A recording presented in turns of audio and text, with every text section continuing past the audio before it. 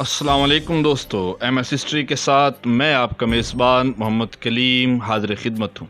दोस्तों, आज की वीडियो में हम बात करेंगे बरसग़ीर की तारीख़ में बदतरीन गद्दारी की अलामत बनने वाले दो ज़मीर फरोश मुसलमानों की, जिन्हें तारीख़ मीर जाफ़िर और मीर सादिक के नाम से याद करती है। तो दोस्तों, वीडियो को आखिर तक ज़रूर देखिएगा। अगर आप हमारे इस चैनल पर नए आए हैं तो चैनल को सब्सक्राइब ज़रूर कर लीजिएगा, ताकि हमारी आने वाली हर नई वीडियो आप तक बर वक्त पहुँचती रहे। तो आइए चलते हैं आज की इस वीडियो की जानिब। नाज़रीन किराम, जस्टिस रमदे ने क्या ही खूबसूरत बात कही। कहा कि हम गैरों के मारने से नहीं मरते, बल्कि अपने ही मीर सादकों और मीर जाफरों से मारे जाते हैं।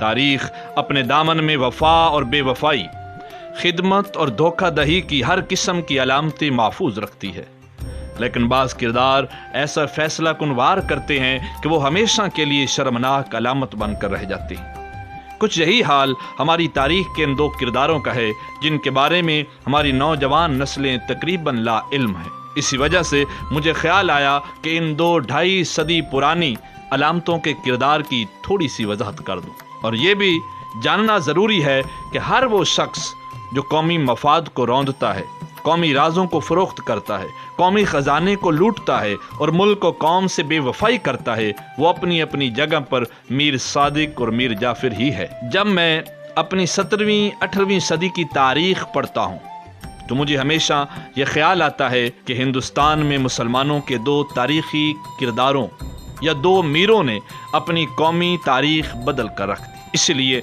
1971 में पाकिस्तान को तोड़ने वाले किरदारों को भी मीर सादिक और मीर जाफ़िर से तशबीह दी जाती है, क्योंकि उन्होंने पाकिस्तान का नक्शा ही बदल कर रख दिया। पस मंज़र के तौर पर याद रखें कि बंगाल को अकबर बादशाह के दौरे हुकूमत में 1552 में मुग़लिया सल्तनत का हिस्सा बनाया गया था।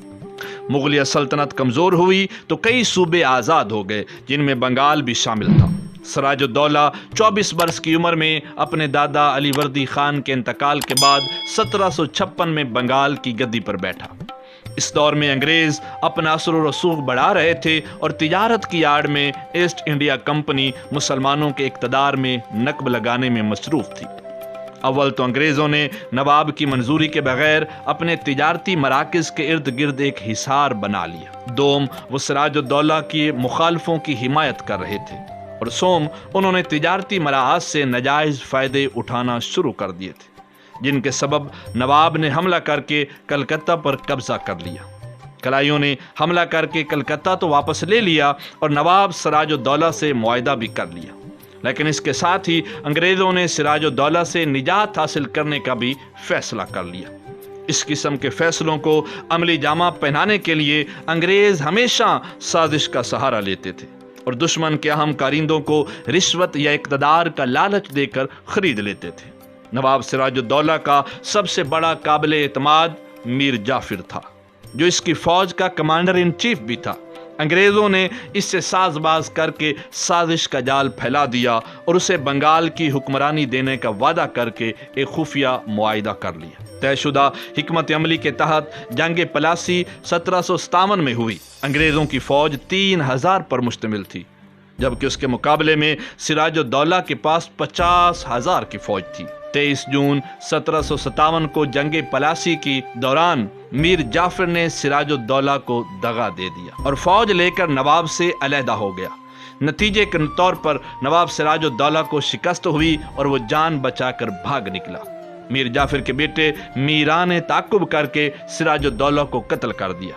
यूं सिराजुद्दौला की जगह मीर जाफ़िर बंगाल का हाकिम बन गया, लेकिन अमली तौर पर उसे ईस्ट इंडिया कंपनी के साथ मुआहदे में बुरी तरह जकड़ दिया गया और अंग्रेज़ गालिब आ चुके थे। मुख्तसर ये कि जंग पलासी के बाद अमलन बंगाल के इलाके में मुसलमानों की उरूज और इक़्तिदार का सूरज गरूब हो गया। इस हवाले से दूसरा तारीख़ी किरदार जो एक मलामती अलामत बन चुका है, वो है मीर सादिक, जो टीपू सुल्तान की मजलिस का सदर आज़म था। आप जानते हैं कि टीपू सुल्तान ना ही सिर्फ बहादुर, इबादत गुजार और आला दर्जे का मुंतज़िम था, बल्कि हिंदुस्तान में मुसलमानों के इक़्तिदार की आखिरी निशानी और रोशन चराग समझा जाता था।